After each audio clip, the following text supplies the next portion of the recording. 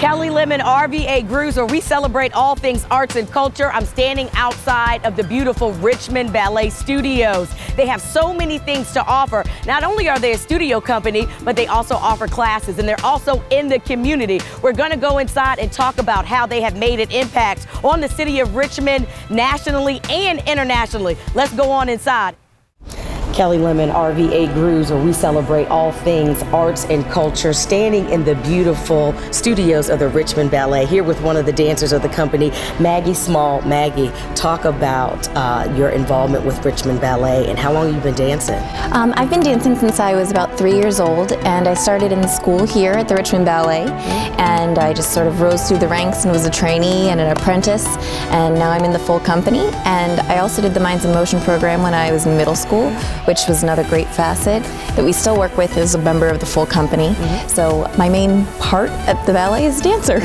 Did you ever think this whole arts and culture movement would take this big boom in, not only in the city of Richmond, but in the state of Virginia? I'm just so glad to be a part of it. I mean, I always thought that I would dance, and I'm so lucky to be able to do it here in my hometown. My family's here, and it's so much easier to do it with that kind of support. And I'm just so great that the Richmond area and Virginia has really embraced the arts, because we've got a lot to offer with what we're making here in these studios. Yeah. Now, Richmond Ballet is not only getting just Richmond exposure and state exposure, national exposure, and you guys also got to travel overseas. Talk a little bit about that experience. We did. We performed in London at the Underground Theatre in Covent Garden, which was just unreal. Like, every day something extraordinary happened, and we kept thinking tomorrow can't be more exciting, and then it was. We performed, and the audiences were really receptive, and they loved it, and all the reviews have come in great. Not that reviews really matter, but it's nice to know it was appreciated. So, little girls that want to get involved with dance, do you get a chance, an opportunity to go out and talk to them, and then what kind of advice are you giving them? Sometimes we teach, and so we get to talk to them then, so you can instill the knowledge that we've been given, because it's a word of mouth sort of art. And then also with the Minds in Motion, we go out into the schools and we actually reach kids that might not necessarily know they want to dance, which is really exciting to talk to them.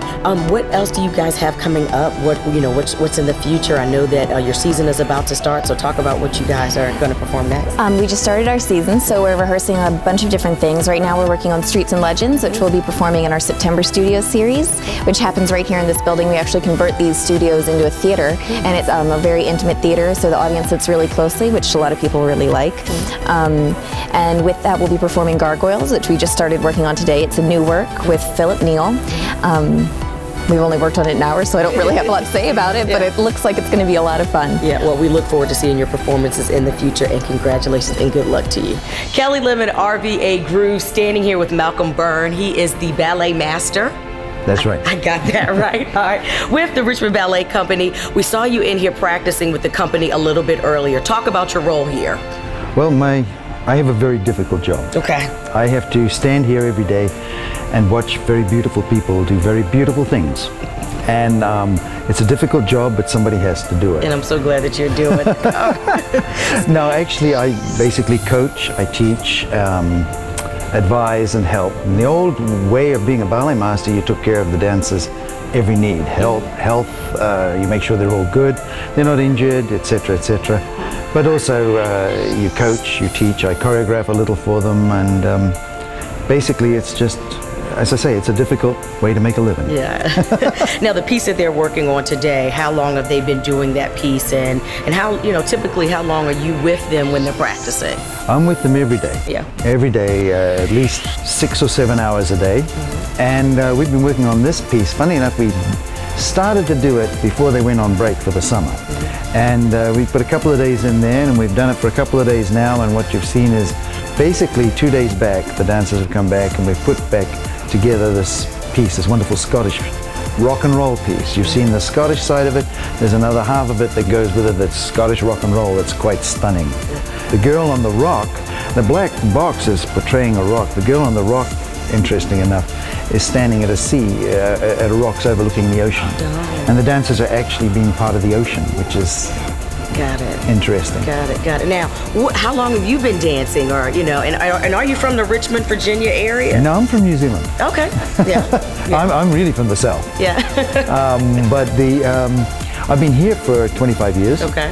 and I've been dancing a long, long time before that. I danced for 25 years, and luckily ended up here, which is, as you can see, a fabulous studio, fabulous place, and fabulous people to work with. Yes, well, thank you so much for taking the time to talk to us, and continued success on your upcoming season. Thank you. All right. Standing in the beautiful Richmond Ballet Company. I'm standing with the founding artistic director of the professional company, Stoner Winslett. Thank you for taking the opportunity to talk to us, Stoner. Oh, it's my pleasure. Talk a little bit about the Richmond Ballet and how it has kind of just influenced this arts and culture movement that is going on, not only in the city, but also in the state of Virginia.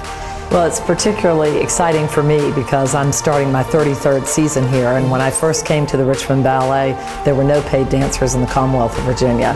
And working with wonderful partners like Brett Bonda, our managing director, and a lot of our trustees in the community, we have built an organization that is literally recognized internationally now as a professional ballet company and school and education program.